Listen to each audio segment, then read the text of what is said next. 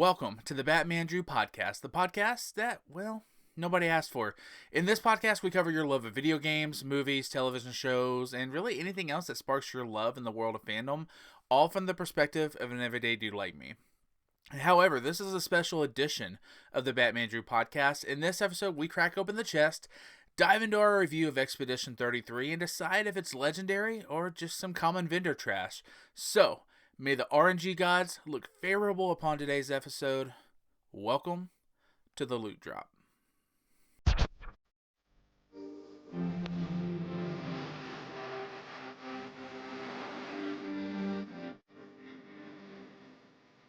All right, welcome back to the channel, everybody. So on today, we're not just reviewing a game, we're dissecting a tragedy. We've all finished Expedition 33, and if you haven't, then you're obviously watching the wrong video. Go finish this game. This is our spoiler roundtable discussion of Expedition 33. So we're peeling back every layer of the canvas, and we are going to talk to. Okay, so here's the thing, right? Real quick, I'm pausing here because I wrote. You guys saw it already. I wrote this like whole nice dialogue. You can't really see it on my tablet. I can write really well. I can't read very well, and I felt like that was very choppy. So we're just gonna jump in. Look, guys, this is where they appear on the screen. On your top left, we have Radwarlock. On top right, we have Giggle Maker Cosplay. To my left, on the screen, we have the DADMAN, and of course, I am the Batman Drew. So, um, again, this is our spoiler review of Expedition 33. Obviously, super late because I was the last one to play it, and I had an amazing time with it. But the Game of the Year awards are right around the corner, and as of recording this video, we're 2 days away from knowing whether or not this game ends up clinching Game of the Year at the Game of the Year awards. So we're going to jump right in. We're going to dissect it, and I can't think of a better place to start, guys, than the ending. Let's talk about how life keeps forcing cruel choices. And this game very much did the same to us. Red Warlock, Jose, we're going to start with you, my man. What did you choose? What was the ending? Who did you go with? Uh, I went with my L as my ending. Um, just because I don't know, like I said, I didn't put too much thought into it, but I was like, that's my girl. I can't not pick her choice. That's fair. Listen, I'm sure we'll get into this a little bit more when we talk about the gameplay and the mechanics, but she was for someone who ultimately ends up being the main character of the story, was my least invested character I had. I never fought with her, I never played with her. And then when it got to the end, the game did such a good job in Act 3 that it was a tough decision for me. I'm not going to lie, tougher than what it needed to be. I ended up going with Verso, though. That to me, like when I weighed out the options, I sat there for a good minute. When I weighed out the options, I was like, what are the consequences of what I choose? And I didn't feel good about either decision. I'm not going to lie, but I ended up going with Verso. So, Molly, what about you? Who'd you end up going with? I also chose Mael. But so the thing is, like, playing the entire game, like when they have that twist and it's revealed that everybody's painting and living inside this canvas, it really, I know I'm probably skipping ahead in the conversation, but it really generates questions about, like, well, what even is sentience? What is life? Like, what is existence? And so I resolve those questions in favor of, like, oh, well, they exist. They have autonomy, they have emotions, they have lifespans, they have memories. So I was like, I can't justify what is essentially genocide. Once I watched the ending, as so anybody who's done Miles' ending or who has at least like watched a playthrough of it, like, you go in and it's all these weird like Dutch angles, and so you're seeing all these characters that you know and love, and they're all together. But I was watching this and I was like, why don't I feel happy? I was like, I should be celebrating. Like, I should be like, I saved them. Like, why don't I get my happy ending?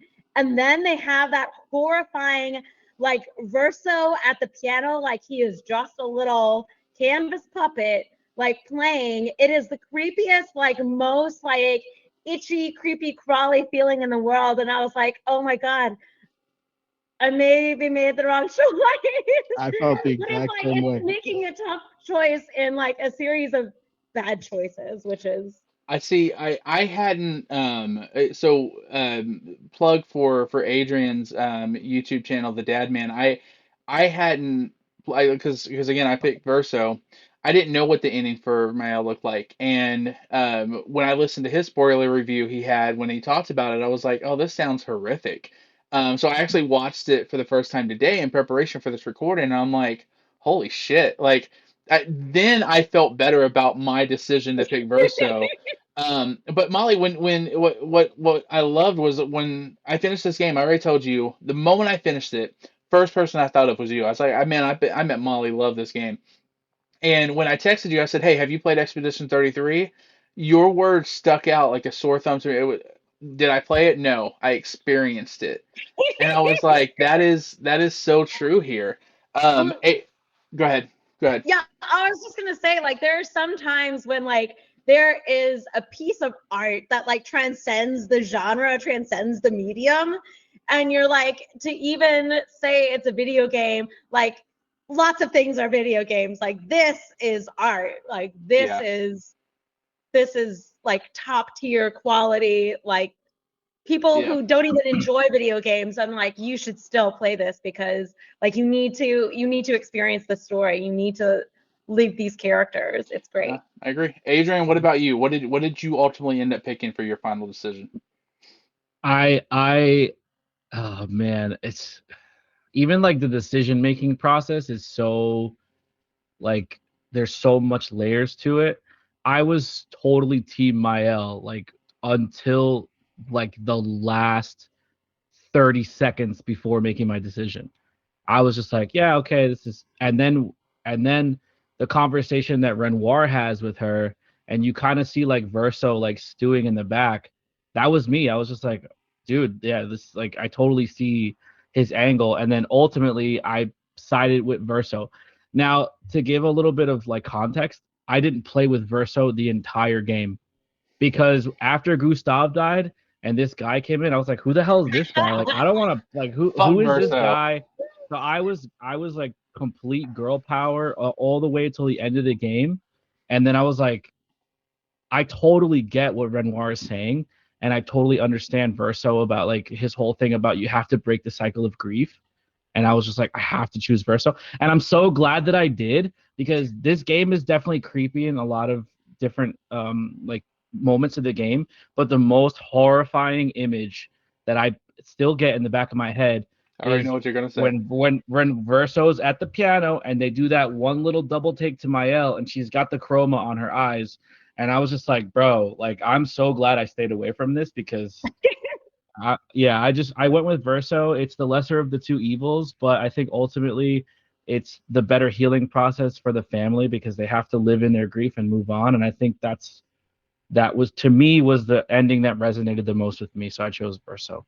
Yeah, and I think what set up that ending was, and honestly, the beauty of this game, because I love the game up until this point, but it went on a whole nother level for me when it allowed me to be able to choose my ending to the game. I just thought that was a brilliant decision. But because I didn't play with my L very much throughout the course of the game, unless if I had to, um, what I was felt a little off about, and honestly a little bit irritated with, was that last fight with oh, why am I slipping his name, the Renoir. dad, what Renoir. yeah, yeah, Yeah. yeah. When you're in that last boss fight, um I felt very incomplete because when you go to deliver the final blow, it stops and it has the cutscene where she comes in and does it. And I'm like, this is the first time you swung at anybody in like 10 hours of gameplay for me. Like, what the fuck is this? But then it made sense to me when you're at the very end and like the decision you have to make and stuff like that. And I thought that was the brilliance of this game. And I thought that what it did great for me as a gamer was then it got me wondering like what other games in the endings could have been different or even made better if I had gotten a chance to be able to control what ending I went with. And then being able to watch both endings and seeing how drastically different they were, just honestly, it was just I thought it was great. And the reason why I wanted to start here is because I think what you ultimately end up choosing and the route that you go really makes you look back and think about the game that you played and all the decisions that were made leading up to it and all the twists and turns of the story. And I love the fact that, like Adrian had said, like he was all the way team verse, or team Mael till the very end, and then his mind was changed. And that is the beauty of the dialogue in this game, the storytelling and the way that it provokes us as gamers to like really take this more to your point, Molly, as a piece of art and not just a video game. It's not just a button masher. Like there's so much to this, and I loved it. Any other thoughts about that final decision of the game?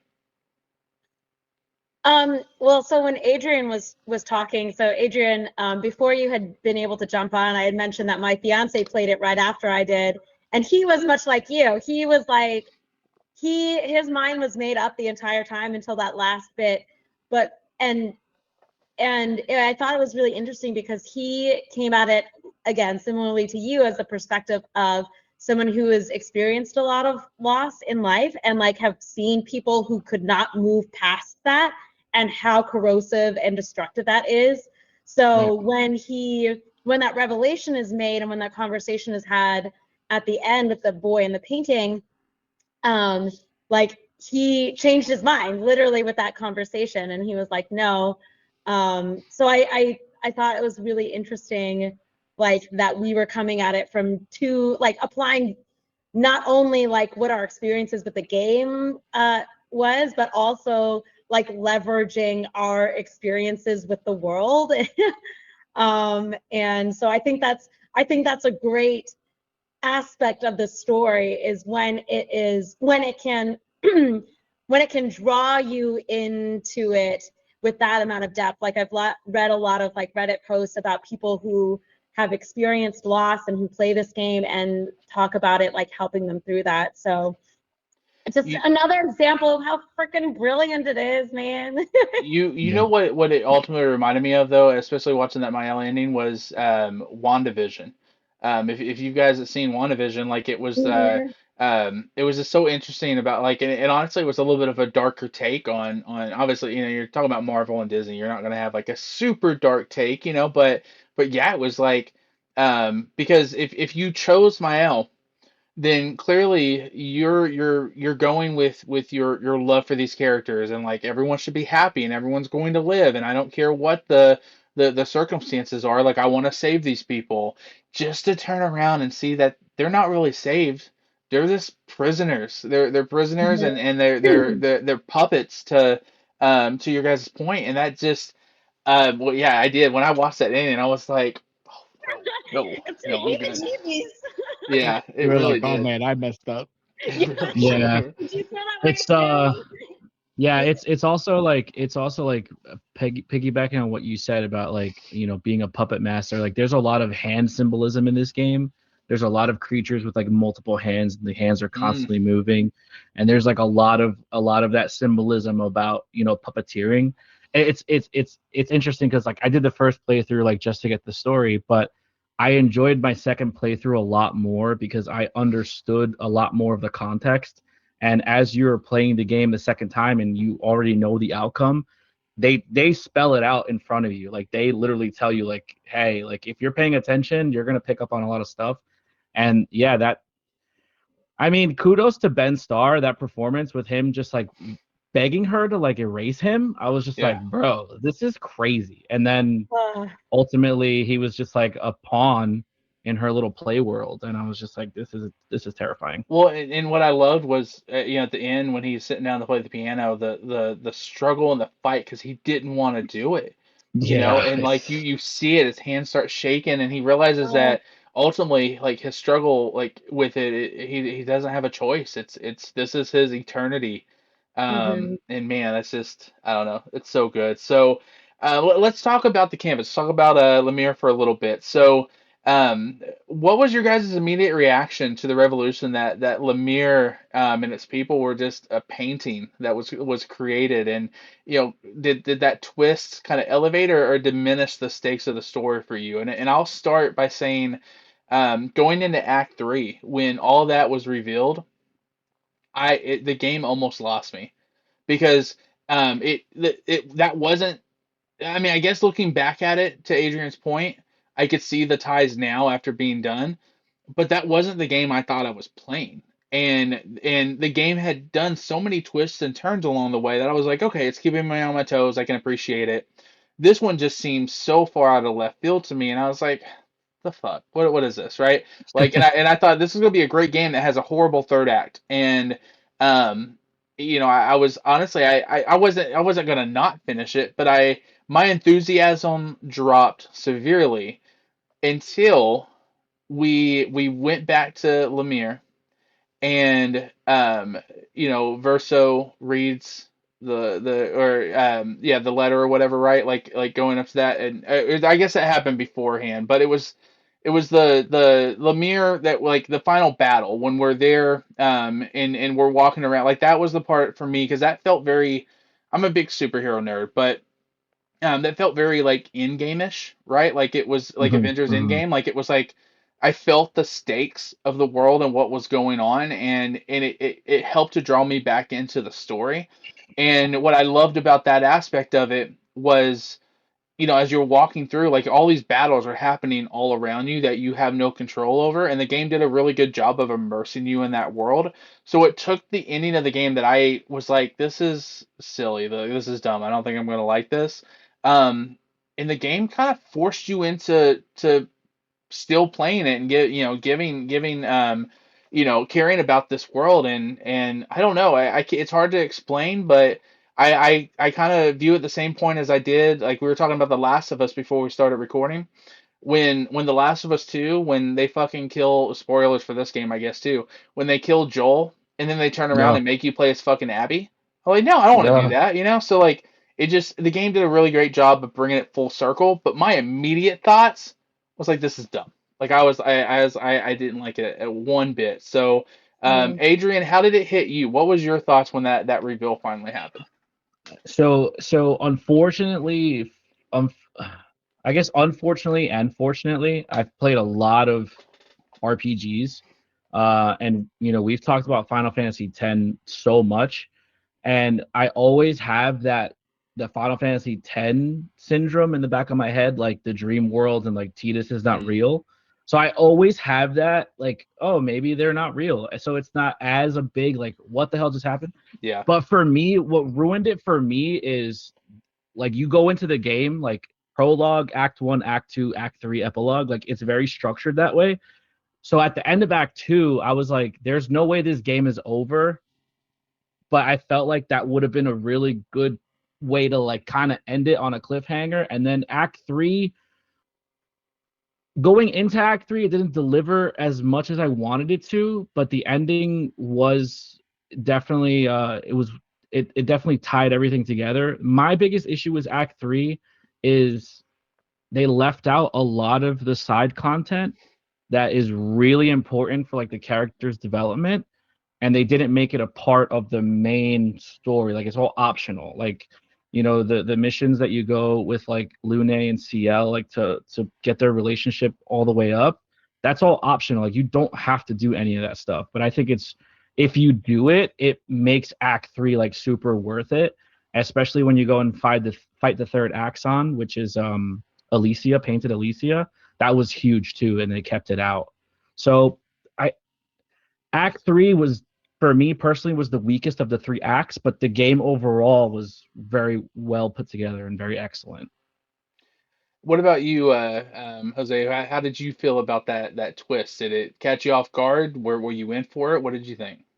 uh, I mean, it definitely caught me off guard. Like, I was not expecting for everything to be like this, like, painted world and all of this stuff. And but I honestly didn't mind it. I liked it. I liked the idea of everything, because kind of like what Molly said, you experience this like as an art.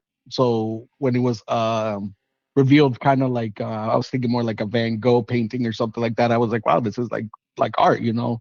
So I liked it. But I do agree with Adrian. Like Act 3 kind of steamroll and everything. If you don't take the time in the first two acts, there are some important contacts that really shouldn't be side quests. It should be something that should be addressed before you get into that final act. But I liked it. I wasn't critical on any of that part. So I definitely agree with that point too, just because I mean, for first of all, the third act was a third of the length of any of the other two acts. Like it was very Right. short. And I'm not much of a side quest guy if I'm especially if I am not, I guess, as engaged as I normally would be. And so when Act 3 came around and the twist happened, I was like, all right, I'm just going to push through this game and get it over with, right? So I had very little interest in going around and doing any of the side quests. The only thing I went after that I wanted to go do was that flying like dragon snake thing that was in the sky. I went and fought that, got my Yeah, ass kicked like 17 times. I yeah, was like, all right, fuck that. yeah. I'm gonna go finish this game. So Molly, I'd love to hear your thoughts. How did you feel about the third act twist? I was bamboozled. I could have thrown my controller. I was like, what is this? But I felt so stupid because I felt like, I mean, the entire construction of the world, the Nevrons, like the fact that she's literally called the paintress, like all of those context clues Yep. are there, but you literally, the way you interpret them when you're just playing the game is like, oh, these are just like, this is just how they've chosen to portray, like this is just the art. And like the entire time I was playing, I was trying to figure out what the fuck was going on because they would keep making allusions to the family. And I'm like, I don't understand. I was like, what could that possibly mean? So I had spent the game like trying to guess what the twist was going to be, and I did not guess it. So I was very shocked, and I will say I think your point is well taken, Adrian. Like those other quests should have been intertwined into like the third act. And I think like for me, it did not ruin my gameplay or diminish it because I'm a side quest girly. I want to like do all of the things before I finish the game.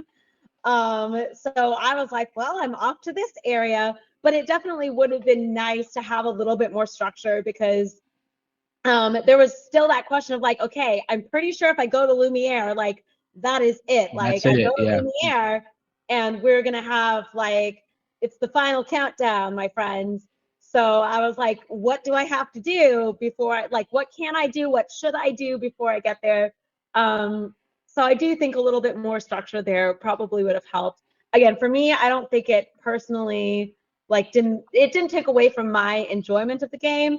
And I understand what you say, Andrew, about like changing the stakes, because there's a kind of there's an analogous twist in a Detroit Become Human.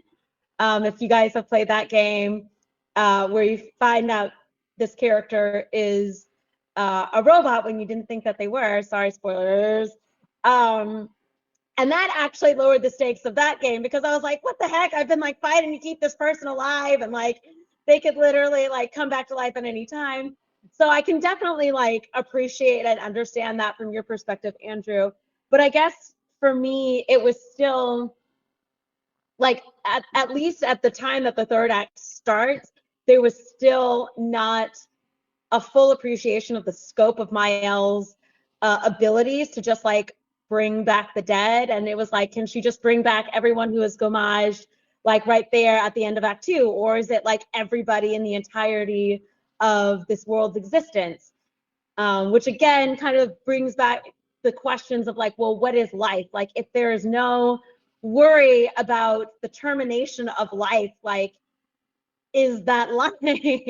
Yeah. Like if something can be infinitely resurrected, is it truly considered life? And Right. again, because I didn't have that perspective about infinite resurrection yet, I was like, okay, they still fear death, they still experience death, they experience loss, they still experience a full life cycle. So in my view, they were alive. But I think it begs that question in a very gripping and eloquent way that I think can be resolved in any number of directions.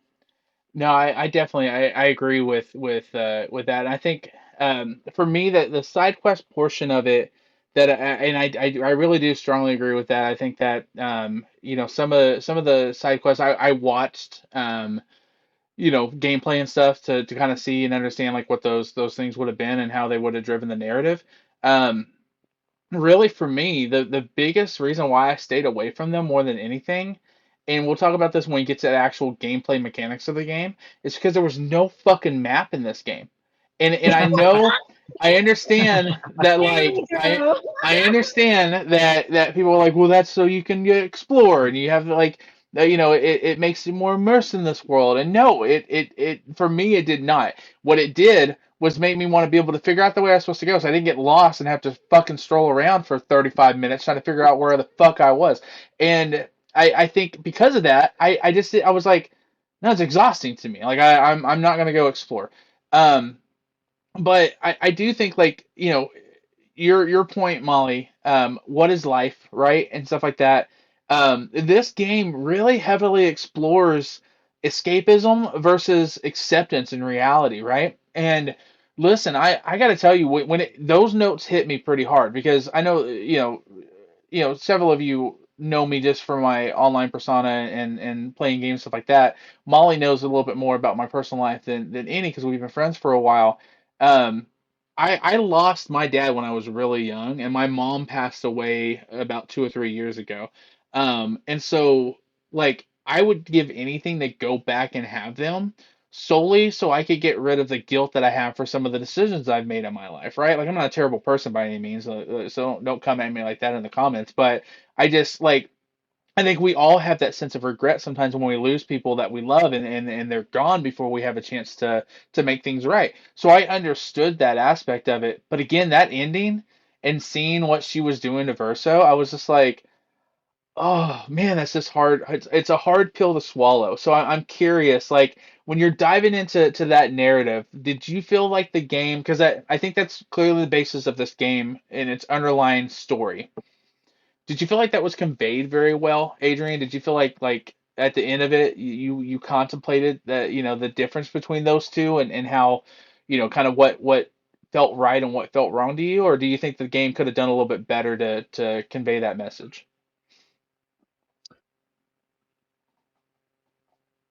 That's a really good question. I try to ask them as the host of this show. I try That's a to. that's I you know what? I haven't really thought about that like aspect of it because it's it's kind of exhausting because it's so in your face for such a long time, and then you don't really have a lot of those like so some of the best moments for me in the game were like the campfire scenes where they're just being clowns and they're just Yeah. drinking the wine from Esquier and doing all those like little things, but you don't get a lot of that because the game is so heavy and so in your face that it's just like, okay, I'm being presented with all of this information and I don't have a lot of time to breathe. um so I will tell that you, I was gonna say to that point is the reason why I played a lot of fucking volleyball in this game. When I got to that island, I was like, all right, I need something that isn't, life, death, and everything in between. So I didn't mean to cut you yeah off. Go so ahead. no yeah, so for me, like, I mean, I didn't play the volleyball because I literally almost threw my controller through my monitor, so I didn't want to continue to do that. And the parkour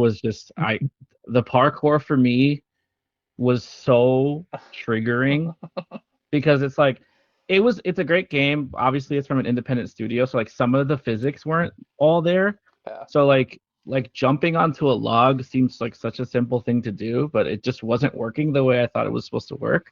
And I was just like, I'm just going to remove myself from this. And just, I rather just deal with the heavy emotional stuff instead of this. It was a good change of pace though, but I think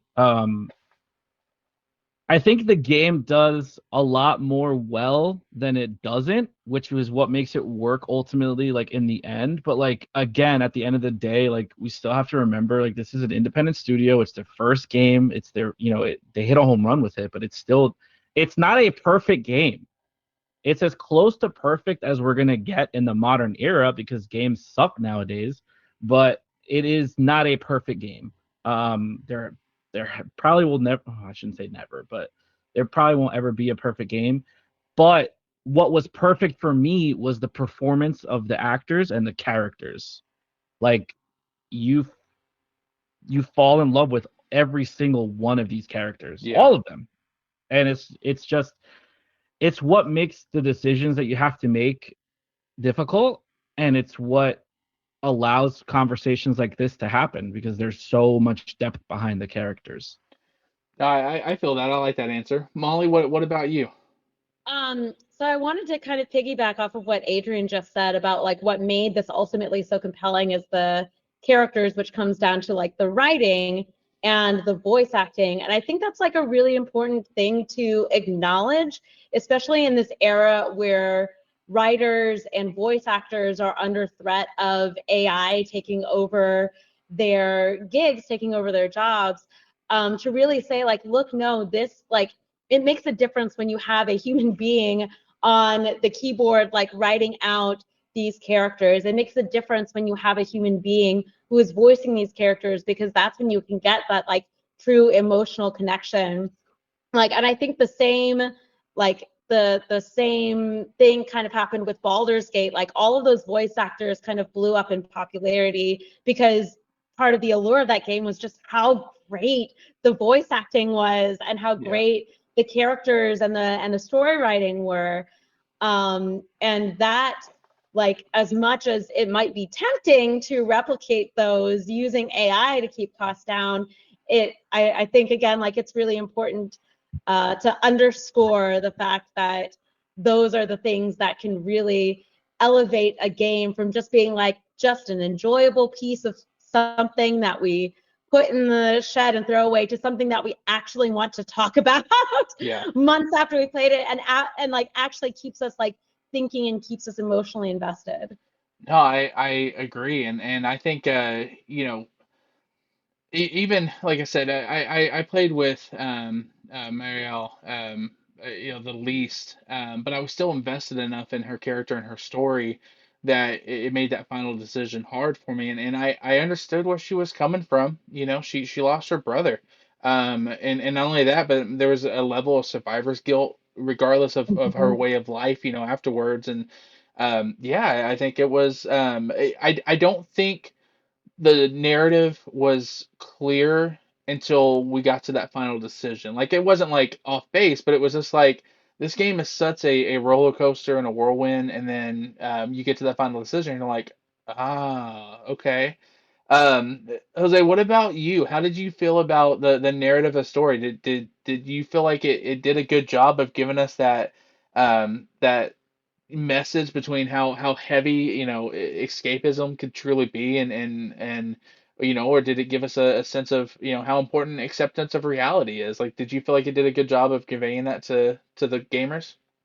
Yes, I think so, but more so right at the end, and especially if you pick Mael's ending, for sure, you get to really see the heavy cost of not being able to work through your grief and what that does not only for yourself, but to the people around you, the damage that you could cause to Yeah. everybody around you if you don't properly deal with your grief. Which I wanted to say about what Molly was saying is with all the voice acting issues, you can definitely tell AI to replicate excitement, mad, happy, joy, but you can never have it replicate regret, grief, and deep emotional scarring that us humans feel. And in that case, we do need real human people playing these roles so that we can live through that and kind of compare our own experiences. I mean, Yeah.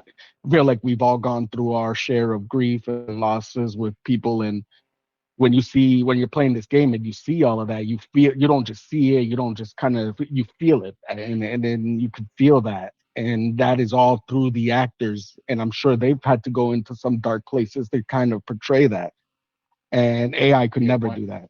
No, those are all very good points, and I think, um, yeah, because this game one kind of came out of nowhere. It's obviously the first game by this developer, and the actors and the voice actors that they got to be able to come on board to this game, and I think like they, to me it was them saying like, and I love this aspect of it. We have something that's special to us. Will people love it? We hope so. Will people buy the game? We certainly hope that they do. But it almost felt like they went out and made it with saying, if this is going to be our only one, we're going to make it our best one. And to that aspect, um, you know, uh, it's hard not to compare these two franchises, but it gave it a Final Fantasy type feel to it for me because the story of the original Final Fantasy game was just that. Square at the time, they were going to go bankrupt. It was their last game they were going to put out, and they were going to give it their Hail Mary. And we ended up with Final Fantasy, and look, back 30 years later, or 30 years, into the future, there's we're comparing this game to that franchise in a lot of different ways, and I think that this speaks to how truly remarkable this game really was. And so, for me um, for the viewers who are watching this, for me to compare it to Final Fantasy isn't a comparison of the style or the genre. It's a comparison to how much I love this game because I love Final Fantasy truly. So, um, let's talk about the structure of the game. So I do a reoccurring video series on my channel of the daily gaming journal. So what I do is after I get done playing a game, not like a full game. I'm talking about like I'll sit down, play for about an hour. When I'm done, I'll make a quick 2 or 3 minute little video, and just like a diary entry, I'll just share my thoughts about what I played and what I did.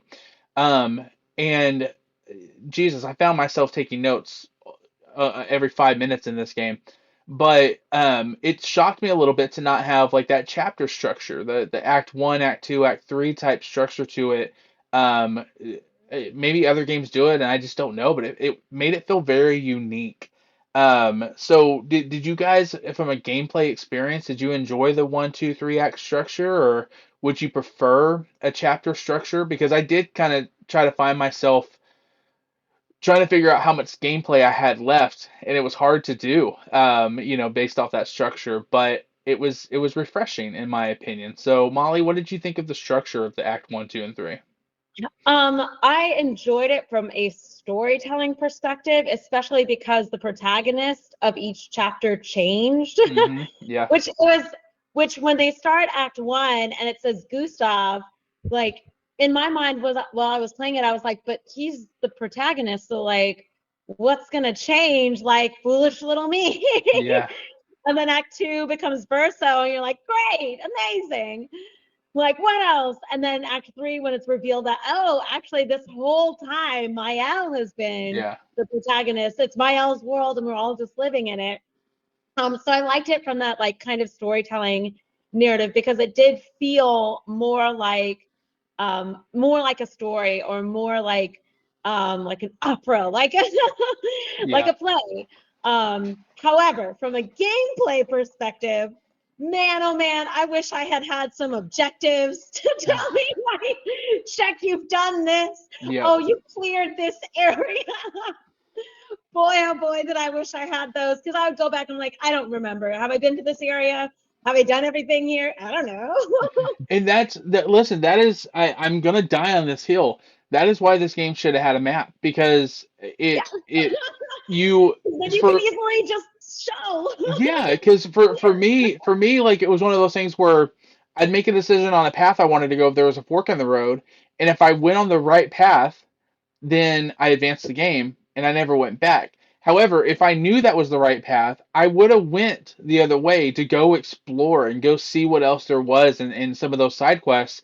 And even if you didn't want to give a map, because if you've played Ghost of Tsushima, and I'm sure Ghost of Yotai is the same, but Ghost of Tsushima, it has a map, but it doesn't really give you direction. It allows the wind to tell you where to go. Give me something like that. Like, give me something to tell me if I'm heading in the right direction or not.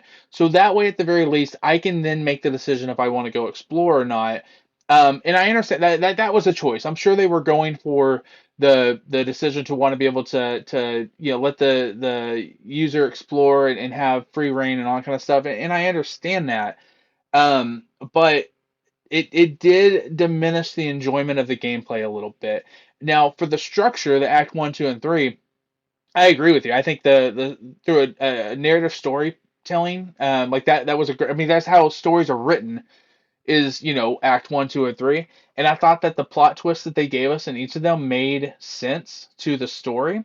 But I'm sure similar to you guys, when Gustav died, I was like, the fuck? What are we doing now? How is that, like where is this game going to go? And I'm like, surely he's gonna come back. Surely like you don't really die here or whatever. And then when he was just gone, I was like, man, that sucks.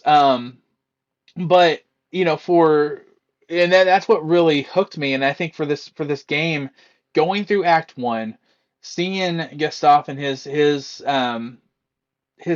resolve to keep fighting and keep pushing, especially I don't know if I should give a trigger warning to this or not, but especially when he is sitting there contemplating taking his own life at the beginning of the story. um it just I was rooting for the guy. I was like, okay, like let's go, let's push. And then when he was gone, I was like, what the fuck? So, Jose, what did you think about Act 1, 2, and 3 of the structure? Did it work for you? Do you what are some of the things of the game that you wish we could have maybe done a little bit different?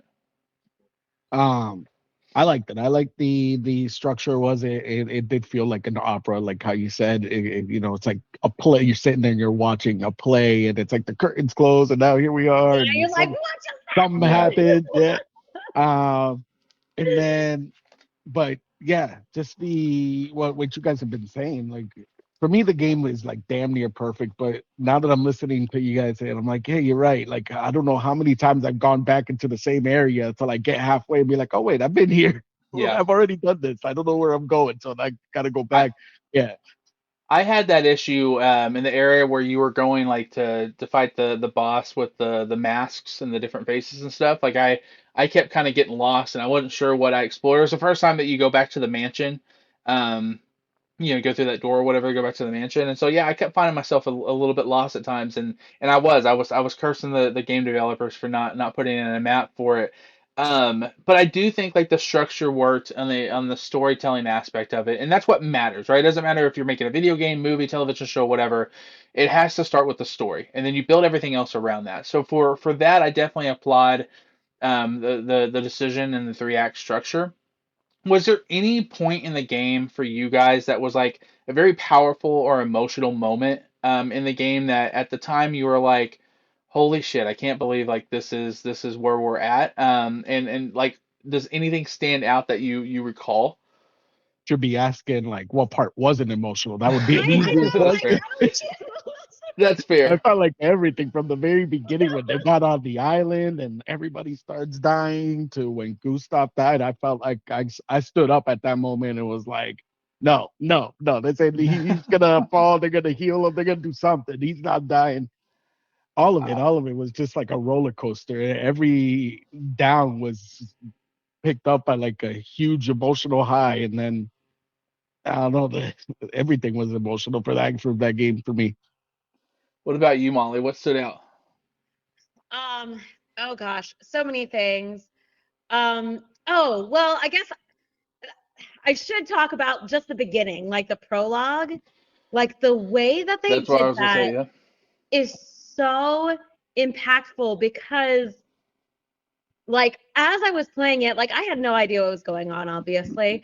And I'm like, okay, I can sense that something like there's some event that's going to happen. Okay, doesn't seem like a happy event. Okay, but like they're still like saying bon voyage. Oh, like people are going to die. Like there's this like the way that they kind of breadcrumb that information to build up like your understanding of what the Gommage is.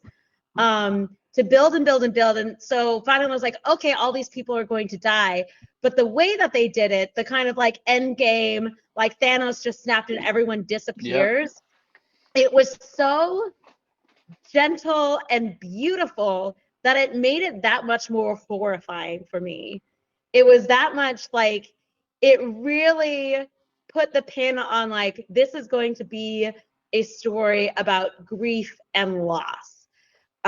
Because it's, again, like all of these people who are dealing with that in their own ways, right? We have people who are like, okay, I don't want to have kids because I don't want to subject them to that, versus like, no, we have to still continue to like live. Like we still have to, you know, do the things that we can to enjoy life. So you have like these various ways that people are coping with the Gommage. So I think that point, like that was the point at which I was like, this game is different. Like they are starting with a very strong statement right from the jump, and they have something important to say. No, I agree. That was the part that got me hooked, and I remember once that happened, and you know the kind of end scene happens, and right before you get into the actual gameplay, I thought to myself, I just lost the next 50 hours of my life. Like I'm going to invest so much time and energy into this, and yeah, I was just like, man, this is so good. You know, so that was going to be my answer to it, like as far as like big, powerful, impactful moments. That was the one. Like I said, Gustav dying, I was like, wow, that's a plot twist, right? But that was the part that got me super hooked, and to the point of like of the because this game is super emotional, it's deep, and I think if there's anything they could have done better is to add moments of levity that allowed us to be able to have some enjoyment and fun. So this is going to sound like I'm being a little bit of a pervy answer, and I don't mean it to be, but when Verso and CL, when the decision is made, I don't know if you guys got to the point where they hooked up, and you had that. To me, I was like, finally some normal human interaction, right? In in a world, yeah, in a world where like everything's so like but my first thought was like they are both really fucking dirty. Like like they are just gross and grimy. And I was like, and that leads me to because okay, so you're learning a lot about the Batman during this episode. I I don't like feet in any form or fashion. I think feet are gross. So the fact That's valid. yeah, it's fact that old girl was barefoot through the whole fucking game, that kind of grossed me out. I was like, what are you doing? Like, where are you walking at? So have you seen the memes? It's like Lune after traveling the continent, and it's like someone's feet that are like so dirty, and the comment under it is like Minoko would still hit a whiff of that. That's gross. That's terrible. That's great. Adrian, welcome back. We figured that you stepped away to go play Expedition 33 for a little bit and get some more gameplay in. We're talking about the structure, the 1, 2, and 3 act structure. Did the structure of the game, as opposed to like your typical chapters and things like that, did this structure of the game work for you? Yes or no? And then also, what was like the most powerful or emotional moment that you can recall from the game that really took you back? So yeah, the 3-act structure works. I mean, just in media, like I'm a movie guy, you know, a film person. You know, the 3-act structure, the hero's journey, you know, all that stuff. That stuff always works, right? Like, you know, there's the beginning, there's the climax, there's the resolution. That stuff all works. I don't. I feel like I I feel like the from Act 1 to Act 2 was definitely the peak of the game, because I feel like going from Act 1 to Act 2 was better than going from Act 2 to Act 3. The end of Act 2 was definitely a jaw-dropping moment for me as well. But the payoff was a little less of impactful, because the big reveal was this is a creation as opposed to an actual thing. But the ending of Act 1 going into Act 2 is you just lost Gustav, who was at that point he was the main character of the game. Like he was the witty, very caring man. He was not like your typical uh macho wacho protagonist. He wasn't like a brooding like emo protagonist like a Cloud or like a Squall. He was a real person with like emotion and like, and I got to give credit to Charlie Cox because he brought that character to life in such a very short time. And then he was just ripped away, and it was just like, what the hell just happened? Like, I felt like, that scene where he puts that bubble over that to me was the most emotional scene in the entire game, because the entire time, like, Gustav is your male protagonist, but he is terrified of Renoir. He is terrified of what this man did on the beach. The conversations he has with Lune about, when I see this guy, I'm running. Like, he could kill us at any time. I am not fucking with this dude. Like, I'm not doing it. And that revelation that he has, where he puts the bubble over Mael to protect her, and he's like, this is what I have to do in order for her to get out of this situation, because he can easily just murk everybody. Yeah. And me as a dad, like, even though they weren't that far off in age, like, I feel like Gustav and Mael had a very father-daughter relationship as opposed to brother and sister. So me as a dad, like, you face situations of fear, but you don't want to show that to your kids. You want to stay strong. So that acceptance for him, like, I'm going to die here, I need to make every effort I can to make sure she gets out safely. That to me was just like when the fight happens with him and Renoir, I was like, I don't want to press any buttons, because I know this is not good. There's no way. Like, at that point, maybe you're like level 20. Yeah. And you're not even like, Renoir's health bar is not even moving. Like, I parried everything. I did what I was just like, yeah, I'm going to die here. I don't want to press any buttons. So that to me was just like that emotional impact of the acceptance of I kind of relate it to, I don't know if you guys have ever seen what is the name of that movie? It's with John Krasinski and Quiet his Place. wife. Yeah, Quiet Place. Like, when he gives himself up for his dog, I was just like, whoa, like, that to me was like, this is the same picture. And that to me, like, that was the most, for me personally, was the heaviest emotional point in the game. But there's a lot of them. There's a lot there's so many there's too many of them, to be fair. But to me, that was the big, like, that, like, the look in his eyes when he's just like, yeah, like, this is it. It's also like that look in his eyes that he gives Mael, where he's like, yeah, this is over for me. I relate it to Dark Knight Rises at the end, when he's flying over the city and he's got the bomb attached to the bat plane, and he finally just exhales that, like, that sigh of just like, this is it. Like, Batman is dying here. Like, I can finally, like, put this to rest. I was just like, okay, like, yes, that to me, is what resonated with me the most, for sure. I think the beauty of that scene too is the fact that the storytellers did a good job of making that a private scene, right? Because it was just them three, right? It was Yeah. and I think that I don't know, that just it carried it more, made it more emotional, and gave it more depth because it was so intimate in that moment. So I agree. All right, so listen, the storyline is phenomenal. We could sit here and talk all night about the storyline. At the end of the day, though, it's still a video game, right? So we got to talk about the gameplay. What worked, what didn't work, what we appreciated, what we hated. I promise I won't continue to harp on the fact that there wasn't a fucking map, and that was a huge mistake in this game. But if we're talking about the gameplay of Expedition 33, the first place we got to start is the combat system. For sure. Went back to turn-based, and not this kind of hybrid turn-based thing that Final Fantasy has kind of experimented with. This was really a true return to turn-based fighting. Um, and so I'm curious, who did it work for? Who did it didn't? Who did it didn't? Listen, they're I much got they're I much got you. better writers than I am. Um, I got you. all right, so Jose, turn-based combat. How did you feel about it? Did it work for you?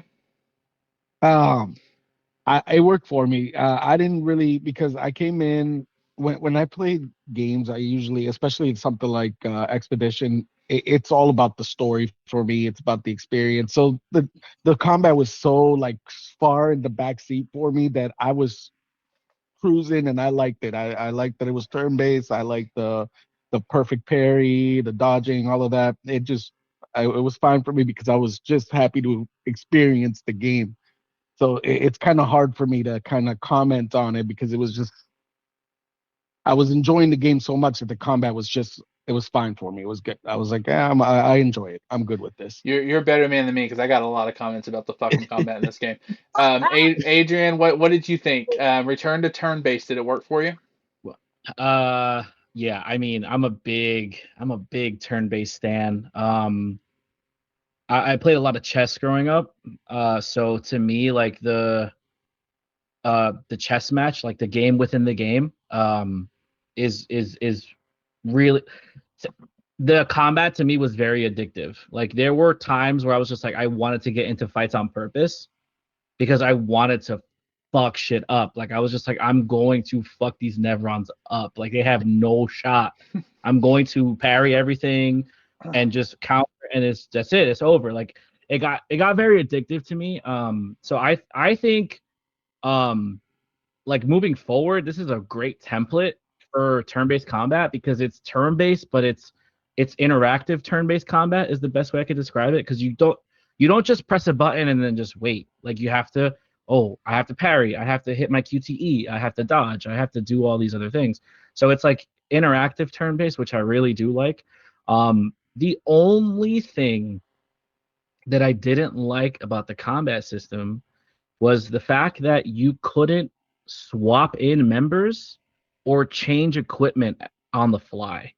And I go back to Final Fantasy X, which I'll die on this hill. I think Final Fantasy X has the perfect turn-based combat system. You can swap in characters that have advantages depending on their job system, and you can also, even though you're wasting your turn, you can switch your weapon or your equipment at any time. So like for me, if I just got this awesome sword that I wanted to use and I gave it to Gustav or Verso, but its elemental affinity is going to heal the creature that I'm fighting, Yep. I am now stuck in that fight with that weapon and I have to completely change how I'm going to fight. So those are the only two things out. That's the only thing that I would change is just being able to swap in characters and swap equipments on the fly. That's it. Molly, what about you? So So I am not a big turn-based combat person, which is funny though because Baldur's Gate is my favorite game, and that's all turn-based combat. But because I had played Expedition 33 like so close in time to when I had done whatever my 5th run of Baldur's Gate, I knew it was turn-based. I kind of expected that I was going to have the freedom to maneuver people around the board. So I was kind of expecting that kind of combat system where you're in the environment and you're literally like you can position your pieces, you can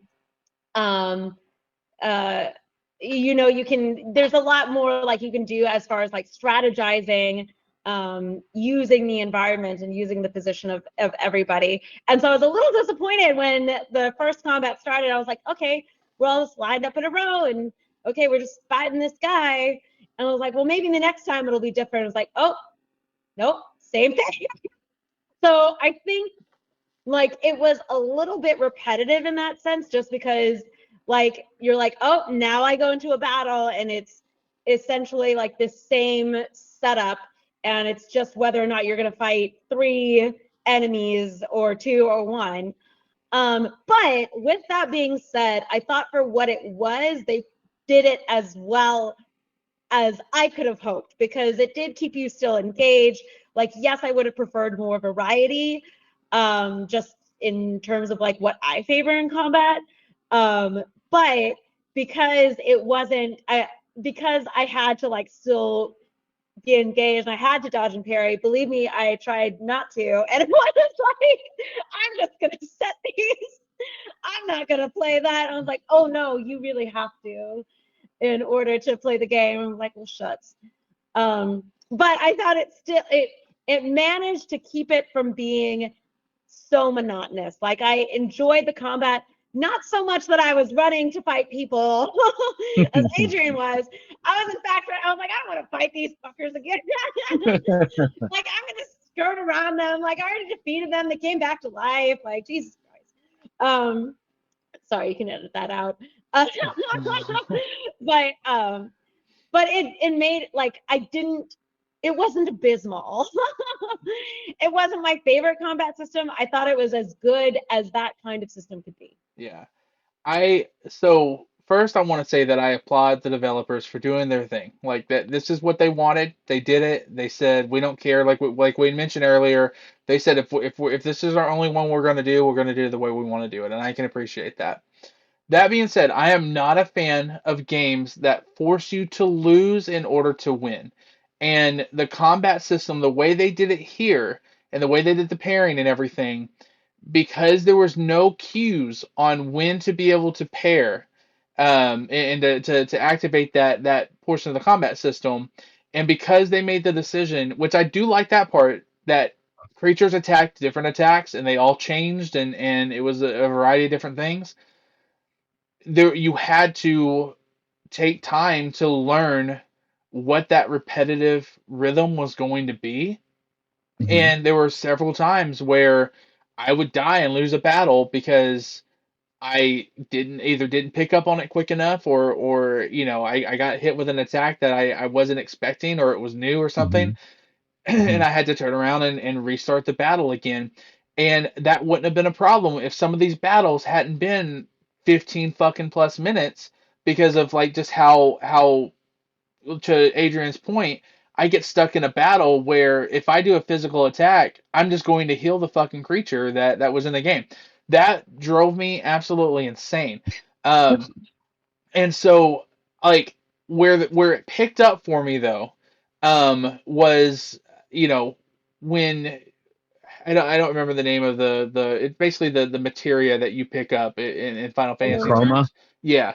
And you're able to, Aluminum. yeah, you're able to kind of upgrade your skill set and things like that, and you were able to do more damage and exceed the 9999 damage. That was when like, Yeah. okay, this is starting to work a little bit for me, because it allowed me a chance to not have to weigh so heavily on pairing and things like that. But also, and I'm sure I'm reading way too much into this, but I think if this is my biggest complaint about the game, then the game did an amazing job. I found myself, who didn't go on all the side quests and didn't spend a ton of time developing my characters. I found myself kind of overpowered at the end of the game. And I felt like that was a small little issue for me. Not huge, but the ending wasn't as much of a challenge for me as I kind of had hoped a game like this would be. But again, I think that we talked about it. This is a story first game, right? It's not about the mechanics of the gameplay. So when you take that part out of it, the story definitely delivered. So this is kind of a nitpick on me, but yes, I love the return to turn base. I agree with Adrian. Final Fantasy X did it the best. Um, I think that there are things that we can improve on the next time that these developers make their next game, whatever story they're planning on telling or whatever they're going to do. I hope that they continue to evolve it, because it got really repetitive at times, and I found myself just here we go. So I don't know, man. Adrian ran I to don't the know, fight. man. Adrian ran to the fight. I saw him, was like, no, fuck it, I'm done. Like I'm going the I other. don't I will know, go man. around. I don't So know. I don't know. all right, let's. I don't So know. that was turn-based combat. Here's what I'm really excited about to be able to talk about. I thought the visuals in this game Yeah. were fucking stunning. Yeah. As someone who is an artist myself, I Please. I loved the attention to every single detail. And I really felt like nothing except for the end. And if you watch my first thought review, I said this. I thought the end, when you're going through Lumière and you're going to go to your final battle, I felt like we did a little bit of copy and paste on the visuals as you were walking through Yeah. the town and stuff. But okay, fine. Everything else though leading to that point was so like it it was so incredibly detailed. Like they didn't there wasn't a frame or a shot that didn't have someone's passion behind it. And Yeah. I felt that. I felt that in every single moment of the game. The only time the visuals didn't work for me, however, was when you were exploring around in the broader map before you went into like the different realms and stuff. That Oh. that that kind of scaling that they did of the characters and the world. It wasn't that the visuals weren't good. I didn't care for that. I felt like I don't know. I felt like I was watching like some kind of like weird version of like Lego Expedition 33. Like it was just some weird. It just the scaling didn't work for me. But aside from those two small things, man, the creature designs of this game are nightmare inducing. And I was there for every minute of it. Like I loved every aspect of the visuals. Adrian, how did you feel about the visuals of this game? Did they work for you? Did they not? What were your thoughts? So for me, uh, so I played it on PC. I don't have the strongest PC. And this game is hard to run if you don't have it optimized. So for me, like when I first loaded it up, I definitely had frame rate issues like on the cutscenes because I think the cutscenes were capped like 30 frames. But in the PC modding community, somebody wrote like an ini file that I was able to put into the game's like code, and it unlocked the frame rate. So after I did that, everything looked amazing. Nice. Um, as far as that is concerned, visually, yeah, I mean that first shot of the crooked Eiffel Tower in Lumiere, I was just like, okay, I'm totally like I'm in this, right? Um, it was definitely a beautifully haunting game is like the best way I could describe it. Like it was beautiful, but it was also terrifying at the same time. And there's like just certain things like the creature design is honestly I think like second to none as like an original creation. It's not like Final Fantasy has the same creatures in every single game. Like you get your behemoth, you get your curls, you get your summons. Like they're all the same. It just we don't think anything of it because we've been playing these games for 30 years. But original designs are nice. Character designs were great. Uh, the world map was lost me a little bit. It was definitely a little bit chunky. Like it definitely felt like that was the most unpolished part of the game. Yeah. But I don't really crucify them too much because I understand it's a small studio and they didn't really have like $1 billion budget to make this game, whatever it was. But it worked for me. Like it didn't take anything away from me for that. Yeah, but the when you're in the zones, like the zones were just gorgeous. Like I think my favorite zone is Flying Waters. Like when you first go into the manor, like seeing it's like the upside down, but like the water. I was like, yeah, I could chill in here. Like I could set up shop here. The music was great. I'm sure we'll talk about the music. The music was great.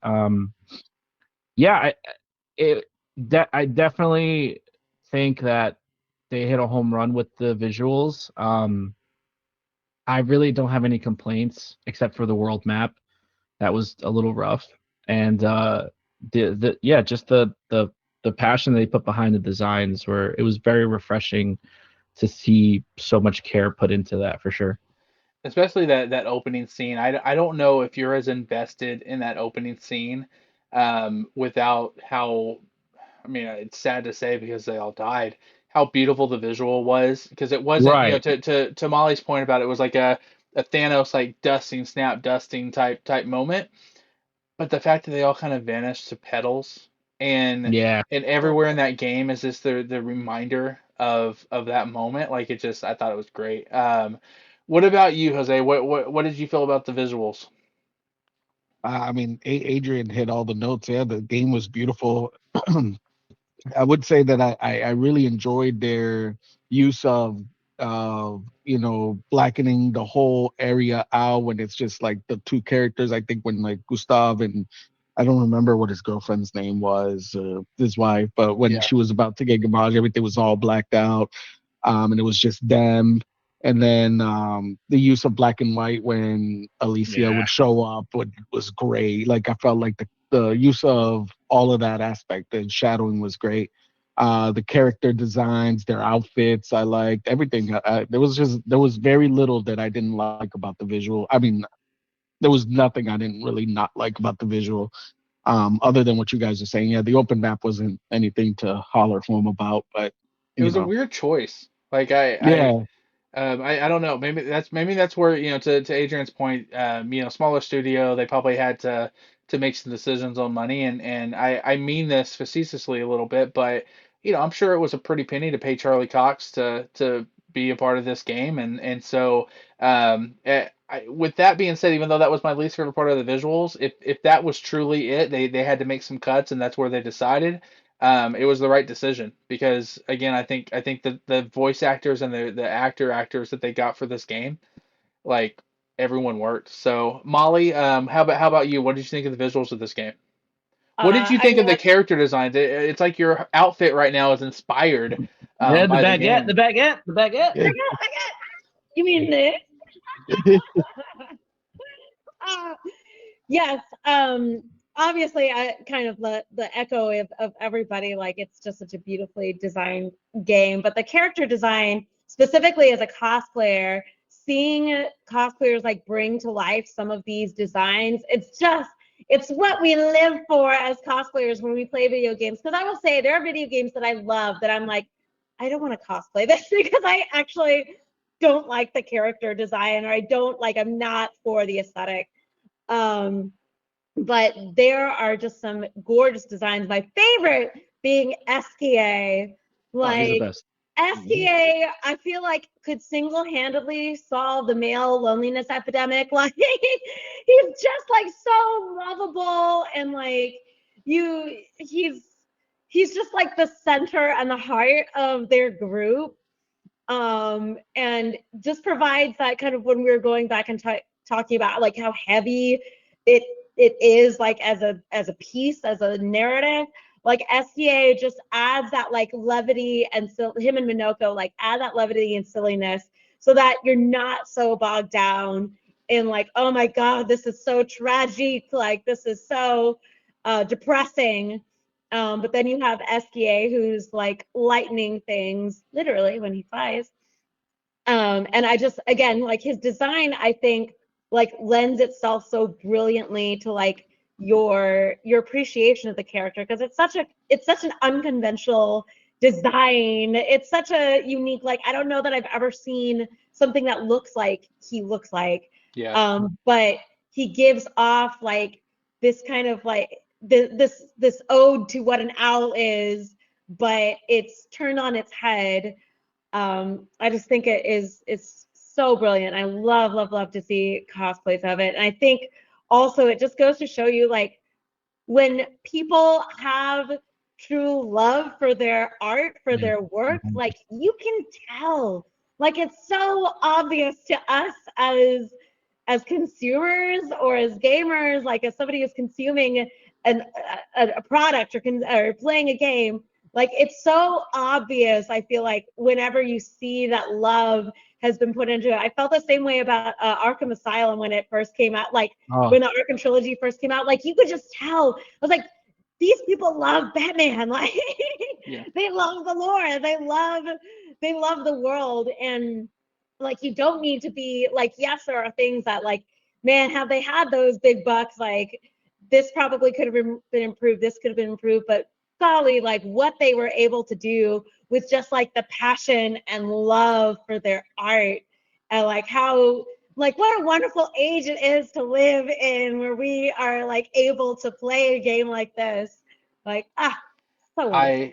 I echo all your guys' feedback on. I think the visuals were one of the best part of the game, and just absolutely stunning, and the passion behind it and things like that. Let's talk about real quick the music of the game. The music in this game. I'll start first. Thoughts of the music? It was garbage. Molly, what did you think of the Oh music? my God, how dare you?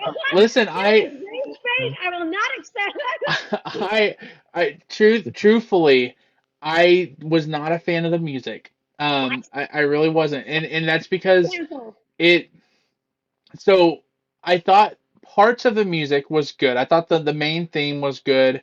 Um, I thought that I enjoyed. You're trolling, right? You're not being serious. No, I'm being dead serious. I'm being 100% serious right now. Um, Can we I kick him off his own podcast? Is that I possible? I thought my all my 260 subscribers just all bailed right now. They're like, no, we're done with this shit. Oh Listen, man, that's a I hot take.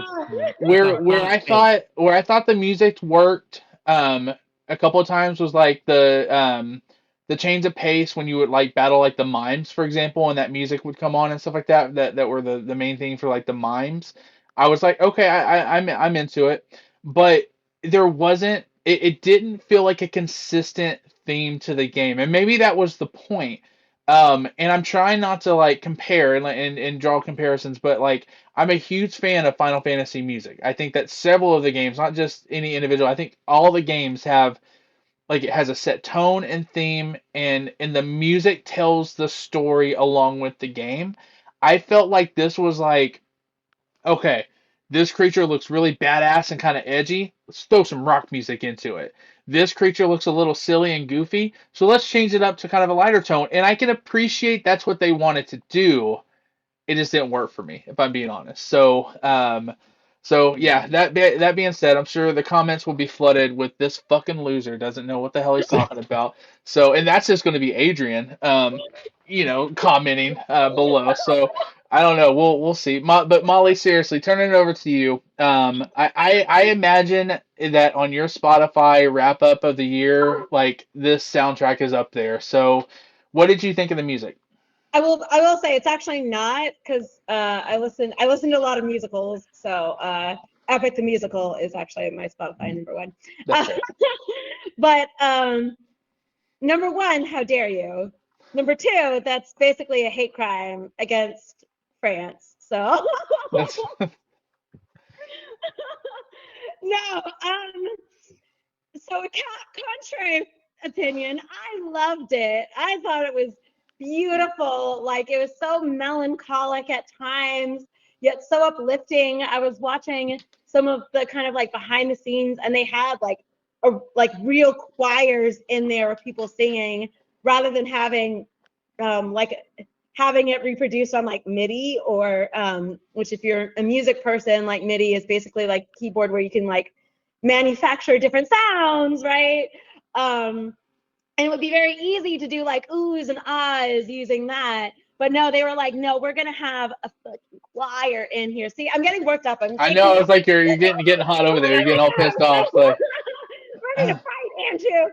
I knew we would get to this point in the conversation at some point.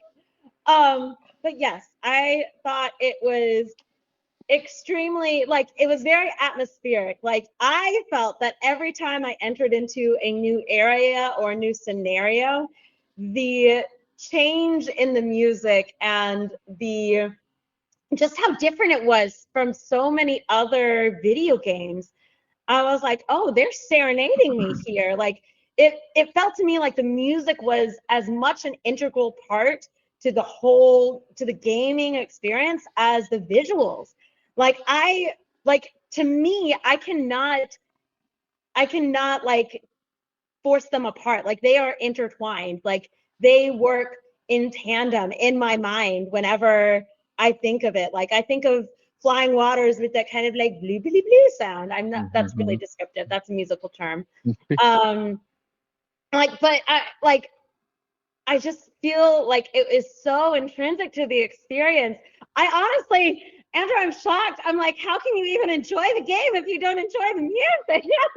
it took a minute. I'm not gonna lie. It really did. There were times the music took me out of it. And not enough that like it made me not enjoy the game. It just the music stood out to me, but not in a positive way. Oh, And I just like and here's the thing, right? So, if right now if you put on Xanarkin from Final Fantasy X, you started playing that music, I'm instantly taking back to that point in the game, right?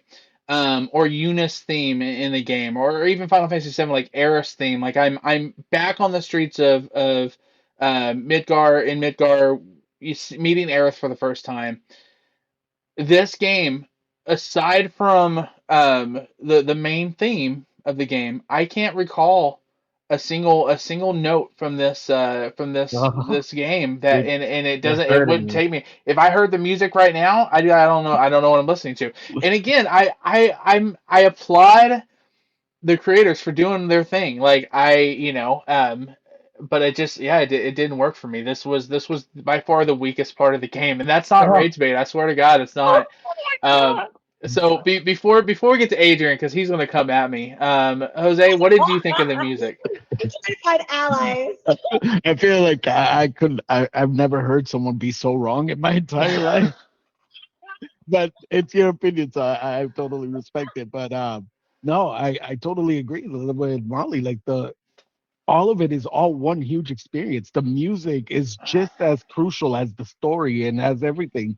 And like you can't even tell me that you weren't moved when you were fighting Renoir and they were all about to start fighting and that music just started blasting through with the people singing in French. I even had to look up what they were saying, and what they were saying matches with what's going on. Like they're explaining the whole story of Renoir and his wife and everything. And I couldn't I, recall a I fucking note. If you were like, hey, we will give you 100,000 subscribers today, hum a note from the game. I oh can't. I'm geez. sorry. No, the music is just as important as anything else to me in that experience. I felt like I had to. There were so many moments where I put the controller down and just sat there and listened. They're all staring. Everybody's fighting, staring at each other while I'm just listening to this music going on in the background. Well, It was the best piece of musical. It's one of the best like musicals for me. Like if they were to make this into a musical, I would even just go watch the orchestra play 100 times in one day. Just how great that music was for me. all right, Adrian. What did you think of the music? I'm assuming you thought it was terrible, like I did. Oh man. I mean, I just can't believe what you said. What you said. The most shocking twist. Like, okay, so I guess I mean I'm a like music is my life. Like more than gaming, more than movies, like music is my life. Like I grew up music has been a part of my life for as long as I can remember, right? So maybe it just maybe the music isn't that for you, and that's fine. But you are wrong with your opinion. Um, and Jose's better than me because I'm not going to respect your opinion because it's wrong. Um, so for me, okay, uh, Expedition 33 is my game of the year. Um, the soundtrack is better than the game.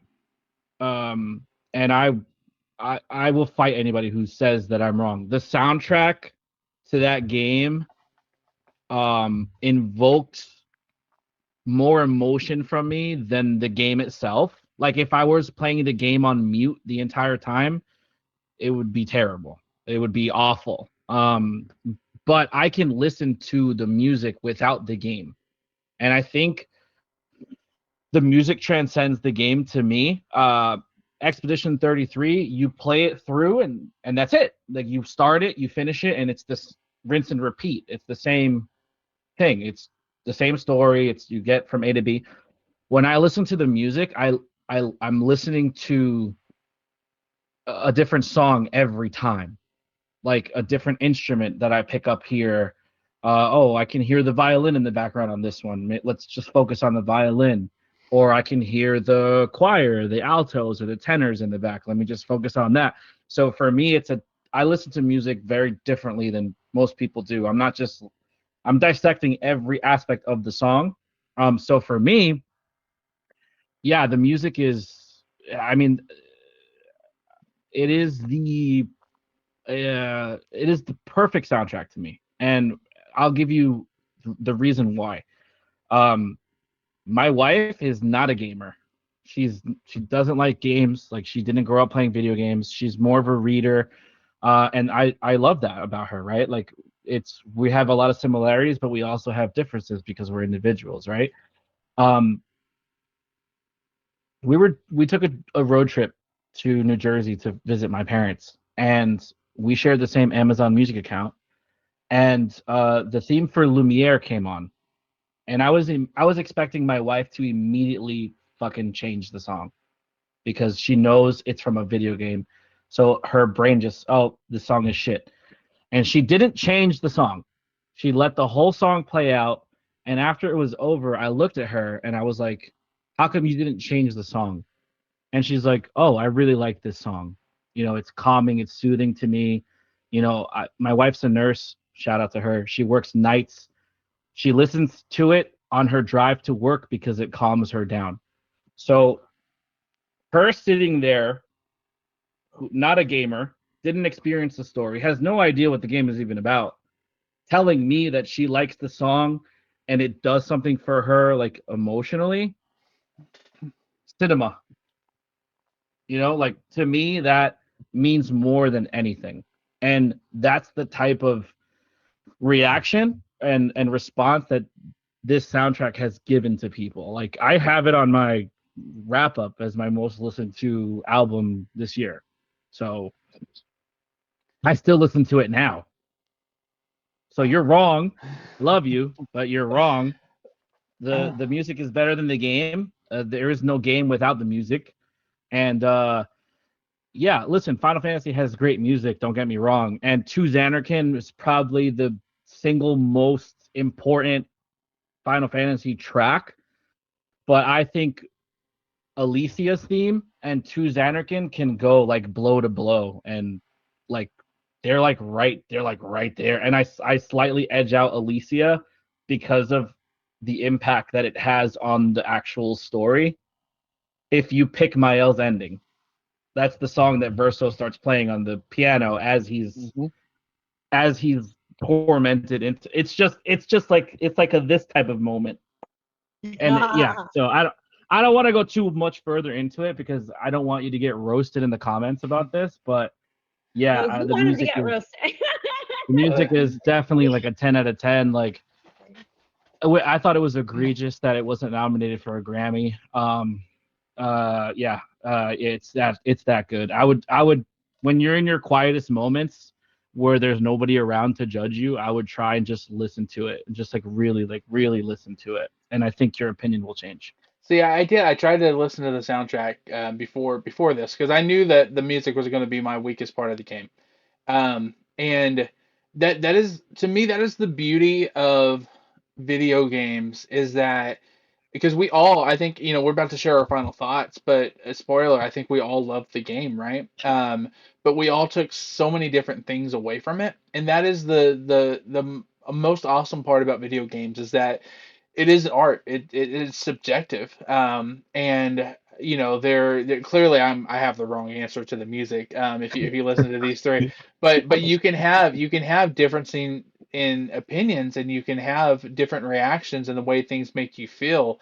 And I think that to me, like, the most important part about video games, to at least to me as a gamer, is the escape. And it's not that I Mm-hmm. don't love my real life. It's not that I don't love my family and what I do and things like that.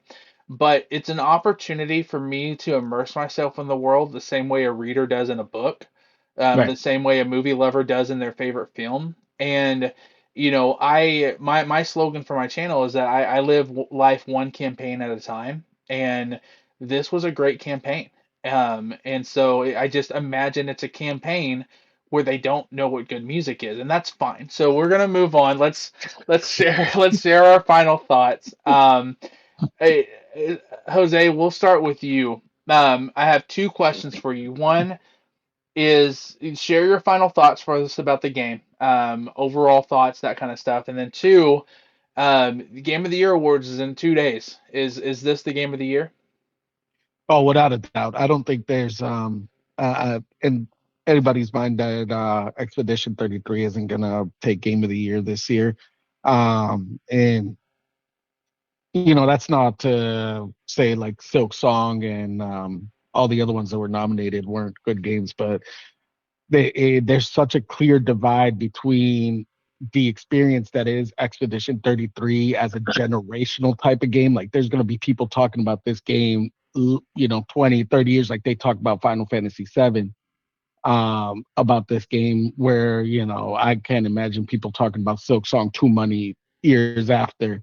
And it's all the different things that this game brought in: the music, the art, the experience, the emotional toll that it brings you through. And as a final thought, it is my perfect game for me. I don't think I see any other game that's been better than this, other than like my favorite, like Final Fantasy X and anything. But that's more um, talking about now. Expedition 33 is like the best game right now for me. And if I was Yeah. going to recommend it to anybody, especially new people who aren't into like RPGs like that, it would be Expedition 33 is a good game to come into. So it's my favorite game. I think everything was perfect, from the music to the visuals to the story it was telling, and the emotion that it invokes in everybody, because we all have experienced loss and we've all experienced regret and everything, and it's a great game to do that. And it's got a lot of fun in between. I feel like a lot of people have forgotten Francois and Esquia's little Yeah.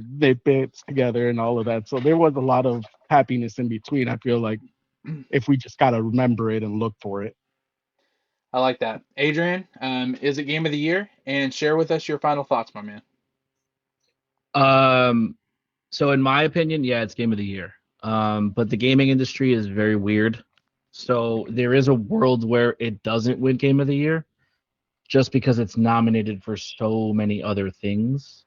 It has like 12 nominations, right? So it's Yeah. nominated for game of the year, it's nominated for like RPG of the year, it's nominated for like another. So like, is there a world where I can see like Donkey Kong Bonanza winning game of the year? Yeah. But I think in everybody's heart and in everybody's mind, like, yes, Expedition 33 is game of the year. And I don't think, like, if a couple of, when I did my review with my friend Roberto, I said to him that a game of the year win for Expedition 33 would mean a lot more to Sandfall than like another big studio. I am like rescinding that opinion. I think the impact that Expedition 33 has had on the gaming culture is going to supersede any type of award that it wins at a gaming show or gaming whatever game of the year. Like, I don't think Expedition 33 needs to win game of the year to justify the impact that it has had. I mean, you could see the sales numbers, you could see people talking about it, you could see they're adding DLC to it that's free, which is great. Um, so I think it's transcended. It has become bigger than gaming as an industry, I think. So would it be nice to see it win? Yes. Do I think it needs to? Probably not, but it's going to win a bunch of other stuff. Now, as far as like my final thoughts, I don't think people talk about this enough. I think the most important thing that Expedition 33 for me has given like the world is the perfect male character in Verso. He is a damaged individual. He is imperfect, but he is also very true with his conviction in protecting and saving his family. And it it it it begs the question of, does the ends justify the means, which is such a difficult question to answer. But he's also very like vulnerable, and he's not like, he doesn't have his shit together.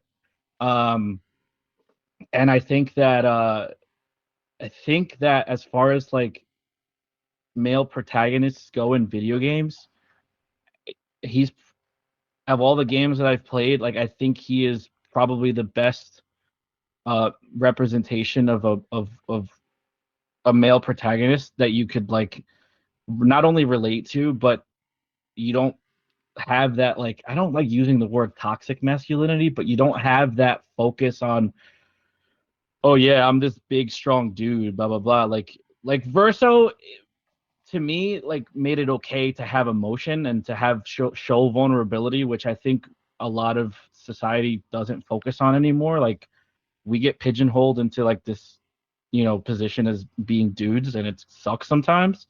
So I think that needs to be talked about more. And I think that if you have anybody else other than Ben Starr do that performance, it doesn't hit the way that it does. Like, he hit on every single cylinder. Um, he's a phenomenal voice actor. I hope he gets all the success that's coming to him. And I think for me, that was my biggest takeaway is, yeah, it's a great game, but I think the characters and the care that they put behind the character development is second to none. I think that's the greatest thing that this game has given me, is the character development, for sure. I agree. I agree. Molly, game of the year, and share with us your final thoughts. Did I sway you on the music? Are you less of a fan now? Andrew. If I were there, we'd be throwing hands right now. I'd be throwing hands. So no, game of the year, absolutely. Like, there are just some games that I think I said earlier, like, they just transcend the medium. They transcend like what gaming is. And like, I want people who don't game. I'm like, but how are you going to experience the story?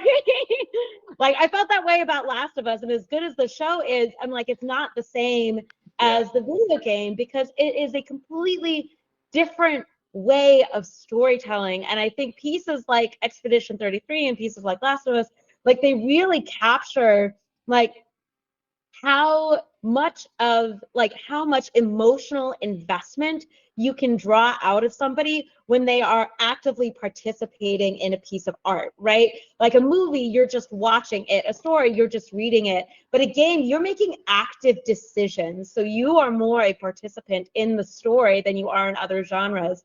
And so I think like that helps to like their brilliance in utilizing that, and tapping into that to tell their story, like, makes it so like beyond anything. And I think it would be great if they if they won, because it's like my other favorite game, which is Baldur's Gate, was also by a smaller studio, right? It's by Larian. And so you have these like AAA studios who are probably peeing their pants because they're like, all of these like independent studios or smaller studios are able to create these works of art that people are just gobbling up because we're starved. Like, we're not just mindless consumers. Like, we want to feel things. And the fact that like smaller studios are able to give people what they want, I think like the bigger studios need to start like listening up and and paying attention. So that's my thoughts on Game of the Year. As far as like final thoughts on this as a piece of art, I think it was really interesting, Andrew, when you were talking about like how you specifically, but then just also us as gamers collectively, like, we play games in large part to escape, right? The real world is like, it has its things, but like, we play games to escape. But one of the deeper themes of Expedition 33 is like, when does escapism become toxic? When does it become corrosive? When do you lose yourself into that? And I think this game is so brilliant because we could lose ourselves in just the enjoyment of it as another game. Like, there's certainly games that I play that I have no emotional investment in. My brain is just like, look at the shiny things. But because this game is like constantly making you think and guess and feel emotions for the characters, I think it's like interweaving itself into your real life in a sort of way. Like, it, again, I referenced, we talked collectively about how this kind of reflects people's experiences with loss. I also think about how like Ciel and Mael, and Gustav, right? They all three have these points in the story which they are, trigger warning, at which they are contemplating taking their own lives, or like, life is not worth living anymore. And I think like people playing this game who've ever felt that, like, and seeing these characters go through that struggle, like they relate to that and they start applying their own reasoning or their own thoughts to, or their own emotions to these characters, are like, oh, like I've experienced that too, like here's how they're doing with that. Like from an outside perspective, is that bad or is it good? And I think like the ability to potentially heal, or at least like give us some like deeper emotional clarity, I'm like, what more can you ask for from anything? Yeah. That makes us like understand ourselves more at the end of the experience. So that's my final thought. I love that, and I second everything that you guys said. Except the Forget music. except for the music, yeah, except the music. No, dude, you're gonna have Hard, to put that whole part out hard, because hard, it's not gonna hard, be good for hard you. pass on the music.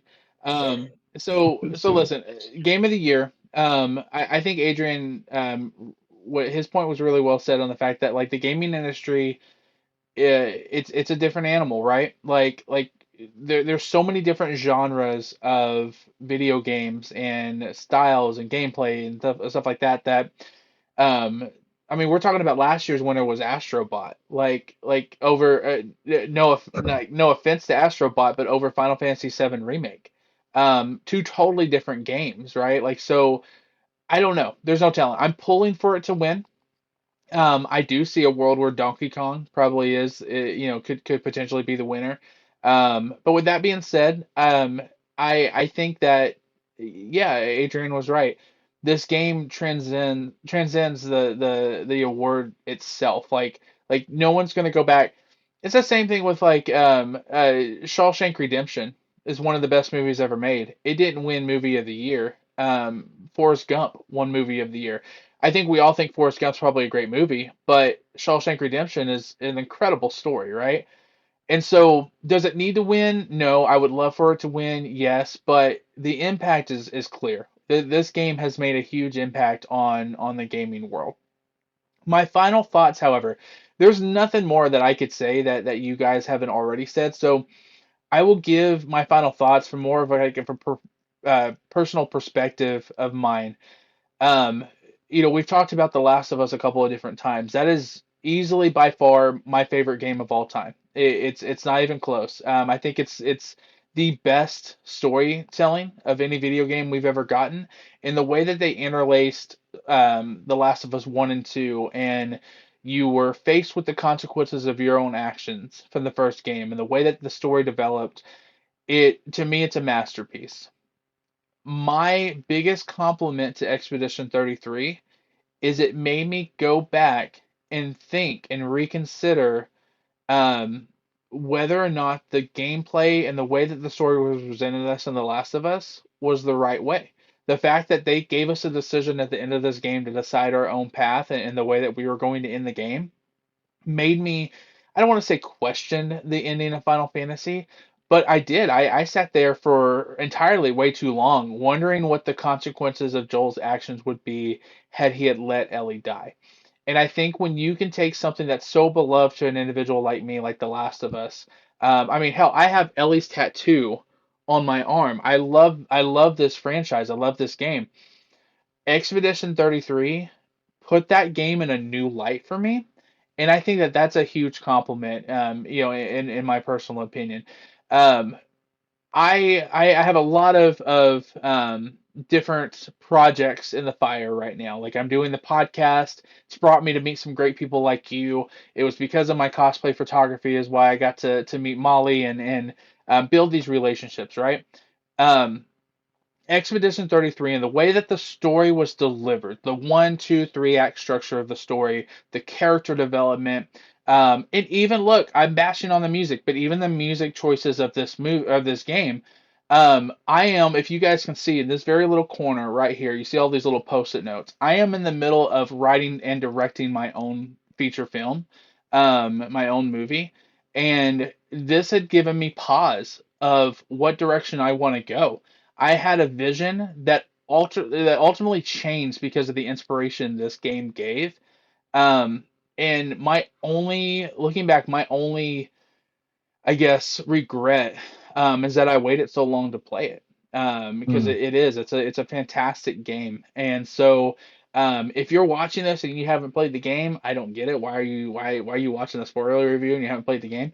But with that being said, like this game, it's worth a second playthrough, a third playthrough, a fourth playthrough. Um, but I think that first it's never going to be as good as that first time through, right? You can enjoy the Yeah. mechanics of the game more. That first game through was so personal.